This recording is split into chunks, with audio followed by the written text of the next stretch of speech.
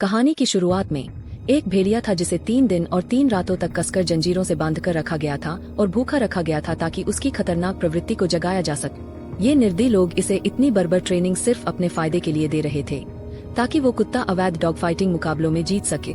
कुछ ही समय बाद वे इसे डॉग फाइटिंग एरिना में ले आए।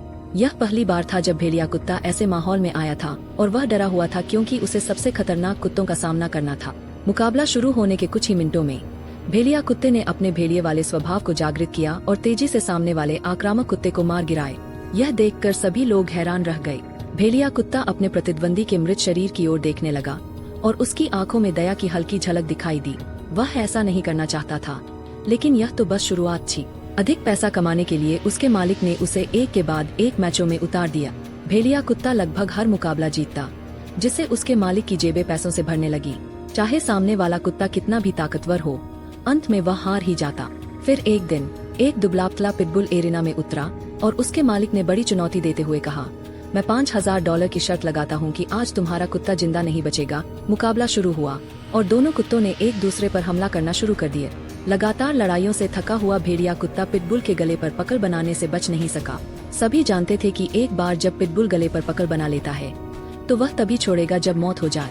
इस खतरनाक स्थिति में जैक अचानक आ गया और फावड़े से पिटबुल के जबड़े खोलकर भेड़िया कुत्ते की जान बचा ली। जैक उस कुत्ते को अपने छोटे से केबिन में ले गया। इस निर्दयी दुनिया में कुत्ते को अपनी माँ की याद आ गई।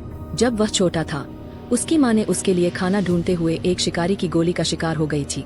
आखिरी सांस लेते हुए वह गुफा के द्वार तक घिसटती हुई आई ताकि मरने से पहले अपने बच्चे को देख सके।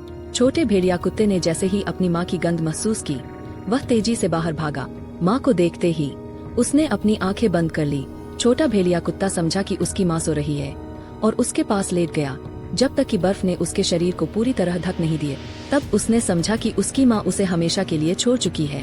मजबूर होकर उसने दुख में आसमान की ओर देखा और चिल्लाया, लेकिन जीवन तो चलता रहा और छोटे भेड़िया कुत्ते को अकेले ही बाहर जाकर अपने लिए खाना खोजना पड़ा। कुछ ही समय बाद उसने एक लटकते हुए खरगोश को देखा, बिना यह जाने कि यह एक शिकारी का जाल है। उसने उसे पकड़ने की कोशिश की, लेकिन फंस गया और ऊपर हवा में लटक गए। थोड़ी देर बाद शिकारी आ गया और उसके तेज दांत देखकर समझ गया कि यह कुत्ते और भेड़िए की मिश्रित नस्ल है। उसने उसे अपने गांव ले जाकर कठोर ट्रेनिंग शुरू कर दी। महीनों बाद भेड़िया कुत्ता बड़ा हो गया और उसे एक नाम भी मिल गया, व्हाइट फेंग। वह हर दिन अपने मालिक की मदद करता और सामान ढोता। इन लोगों की नजरों में वह बस एक गुलाम था जिसे जीवन भर उनकी सेवा करनी थी। एक दिन एक सोने की खोज करने वाला व्यक्ति जैक वहाँ से गुजरा। जैक ने व्हाइट फेंग को पहचान लिया कि यह वही छोटा भेड़िया कुत्ता है जिसे उसने नदी के पास देखा था। उसने उसे छूने की कोशिश की, लेकिन मालिक ने उसे रोक दिया। मालिक ने कहा कि व्हाइट फेंग जैसे जानवर इंसानों के दोस्त बनने के लायक नहीं होते। यह सुनकर जैक हैरान रह गया, क्योंकि वह मानता था कि सभी जीवों की आत्मा होती है। अगर आप उन्हें अच्छे से रखते हैं तो वे भी कृतज्ञता दिखाते हैं। हालांकि व्हाइट फेंग बड़ा हो गया था, लेकिन वह बहुत अकेला महसूस करता था। हर रात जंगल की ओर देखते हुए उसकी आंखों में एक अजीब सी तड़प होती, जैसे वह जंगल में वापस जाना चाहता। लेकिन अपने कुत्ते के खून के कारण उसने वहीं रहना चुना और उस इंसान का एहसान चुकाने का फैसला किया जिसने कभी उसकी जान बचाई थी। अगले दिन जैक व्हाइट फेंग को ढूंढने के लिए बाहर निकला, लेकिन अचानक उसका सामना एक भूरे भालू से हो गए। घबराकर जैक भागा और लकड़ियों के ढेर में छिप गए। उसी समय व्हाइट फेंग भालू से लड़ने के लिए आगे बढ़ा। भालू के बड़े आकार के बावजूद व्हाइट फेंग डरा नहीं। अंत में भालू हार मानकर वहाँ से चला गया और व्हाइट फेंग ने जैक की ओर देखा और फिर वापस चला गए। कुछ समय बाद जैक को सोने की खोज में उस जगह को छोड़ना पड़ा। जाने से पहले उसने व्हाइट फेंग को उसकी जान बचाने के लिए 2 टुकड़े मांस के दिए। जैक के जाने के बाद व्हाइट फेंग अकेला पहाड़ पर खड़ा रहा और उसे जाते हुए देखता रहा। उसे जैक की अच्छाई महसूस हो रही थी, लेकिन यह नहीं जानता था कि वे फिर कब मिलेंगे। एक दिन आदमी व्हाइट फेंग को बाजार में लेकर गए। जब कुत्तों ने व्हाइट फेंग को इंसानों की सेवा करते हुए देखा तो उन्होंने उस पर भौंककर उसकी निंदा की। जब आदमी ने फर के बदले पैसे लिए तो डॉग फाइटिंग एरिना के कुछ लोग व्हाइट फेंग पर नजर गड़ाए हुए थे। उन्होंने अपने कुत्ते की ताकत आजमाने के लिए उसे व्हाइट फेंग पर छोड़ दिया, लेकिन वे नहीं जानते थे कि व्हाइट फेंग के खून में भेड़िए की ताकत भी है। सिर्फ 2 राउंड में उसने आक्रामक कुत्ते को हरा दिया और उसे जमीन पर गिरा दिया। ल्यूक ने तुरंत व्हाइट फेंग को देखा और उसे अपने फायदे के लिए हथियाने का मन बना लिया। उसने व्हाइट फेंग के मालिक से कहा, तुम्हारा भेड़िया मेरे कुत्ते को मार चुका है और भेड़िए इस शहर में नहीं आ सकते। अगर तुम इसे मुझे नहीं देते तो मैं सुनिश्चित करूंगा कि तुम सारी जिंदगी जेल में रहो, बिना झंझट के। आदमी ने अंत में व्हाइट फेंग को सौंप दिया, लेकिन यहीं से व्हाइट फेंग के दुस्वप्न की शुरुआत हुई। उन्होंने उसे बांध दिया और बार बार लड़ाइयाँ करवाने के लिए उसकी खतरनाक प्रवृत्ति को उकसाए।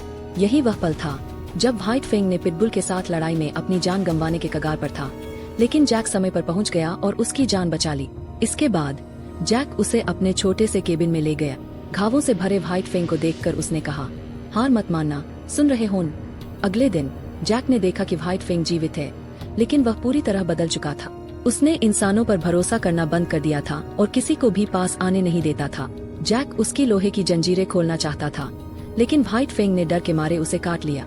जैक ने उसकी भावनाओं को समझा और उसे दोष नहीं दिया। वह लगातार उसे दिलासा देता रहा। आने वाले दिनों में जैक ने कई बार कोशिश की, लेकिन व्हाइट फेंग ने उसे पास नहीं आने दिया। तब तक एक दिन छोटे जैक ने व्हाइट फेंग को फिर से बीफ जर्की फेंका। व्हाइट फेंग ने इसे उठाया, लेकिन वह अभी भी बहुत सतर्क था। जैक ने बार बार कोशिश की और आखिरकार व्हाइट फेंग ने उसके हाथ से खाना खाया। इस बार जैक ने धीरे धीरे उसके पास जाकर उसे सहलाने की कोशिश की और व्हाइट फेंग ने कोई विरोध नहीं किया। इसका मतलब था कि अब व्हाइट फेंग जैक पर भरोसा करने लगा था। उसने जैक को अपना नया मालिक मानने का फैसला किया। उसके बाद वे हर दिन एक साथ खेलने लगे और सोने की खदान में काम करने लगे। व्हाइट फेंग जैक का अच्छा साथी बन गया। एक दिन अचानक खदान ढह गई और जैक अंदर फंस गए। घबराए व्हाइट फेंग ने अपने पंजों से मिट्टी खोदना शुरू किया और आखिरकार जैक को बचाने में सफल रहा। इसी घटना के दौरान उन्होंने व्हाइट फेंग के पंजों पर सोने के कण देखे। जैक और व्हाइट फेंग तुरंत वापस खदान में लौटे और वहां सोने का एक बड़ा भंडार खोज निकाला। वे शहर गए ताकि सोने की शुद्धता की जांच करवा सके, लेकिन वहां व्हाइट फेंग ने उस व्यक्ति को पहचान लिया जिसने पहले उसे फंसाया था। वह व्यक्ति जल्दी से भागा और अपने साथियों को बुला लाया। वे सभी सोने की खदान तक पहुंच गए और मौका देखकर जैक के छोटे केबिन को आग लगा दी। जैसे ही उनमें से एक अंदर घुसने वाला था, व्हाइट फेंग ने उस पर छलांग लगाई और उसे नीचे गिरा दिया। इसके बाद उसने दूसरे दुश्मन को भी मार गिराए। व्हाइट फेंग की मदद से जैक ने उन निर्दयी अपराधियों को पकड़वाकर पुलिस स्टेशन पहुंचा दिया। सोने की शुद्धता की रिपोर्ट भी आ गई और वह 99.9% शुद्ध थी। वे दोनों खुशी से गले मिले, लेकिन अपनी मेहनत की कमाई का आनंद लेने के लिए उन्हें बड़े शहर जाना पड़ा। लेकिन शहर में भेड़िए रखना प्रतिबंधित था, इसलिए जैक को व्हाइट फेंग को वहीं पहाड़ों में छोड़ना पड़ा। हालांकि व्हाइट फेंग जंगल में आसानी से जी सकता था, शहर में उसकी जगह नहीं थी। जैक के लिए यह फैसला लेना बहुत मुश्किल था, लेकिन उसने व्हाइट फेंग को पहाड़ पर छोड़ दिया। जैक ने बहुत कोशिश की कि वह व्हाइट फेंग को वहां से भगाए, लेकिन व्हाइट फेंग ने एक कदम भी पीछे नहीं हटाए। आखिरकार जब जैक ने जमीन से एक छड़ी उठाई तो दुखी होकर व्हाइट फेंग ने पहाड़ की ओर चलना शुरू कर दिया। जैक जब घर की ओर जाने लगा तो उसके चेहरे पर मुस्कान नहीं थी। उस महत्वपूर्ण पल में जैक ने पैसे का त्याग कर दिया, क्योंकि वह समझ गया कि कोई भी धन व्हाइट फेंग के स्नेह की कीमत नहीं चुका सकता था। अगर व्हाइट फेंग नहीं होता तो जैक की जान 2 बार जा चुकी होती। इसलिए वह अकेले उस छोटे केबिन में लौट गया और उसे फिर से ठीक करने लगा, जो आग में जल चुका था। तभी पहाड़ पर एक जानी पहचानी छवि दिखी। जैक ने अपना सिर घुमाया और देखा कि यह व्हाइट फेंग था, जो वापस लौट आया था। इस बार व्हाइट फेंग के चेहरे पर मुस्कान थी। अक्सर इंसान अपने सबसे वफादार दोस्तों को छोड़ने के लिए बहुत सारे बहाने बना लेते हैं और उन्हें दूर करने के लिए कठोर रवैया अपनाते हैं, लेकिन हम कैसे समझ सकते हैं कि उनके लिए यह कितना दर्दनाक और भ्रमित करने वाला होता है। एक फिल्म प्रेमी के रूप में मैं अगली सिनेमा यात्रा का इंतजार कर रही हूँ। अलविदा और सब्सक्राइब करने के लिए धन्यवाद।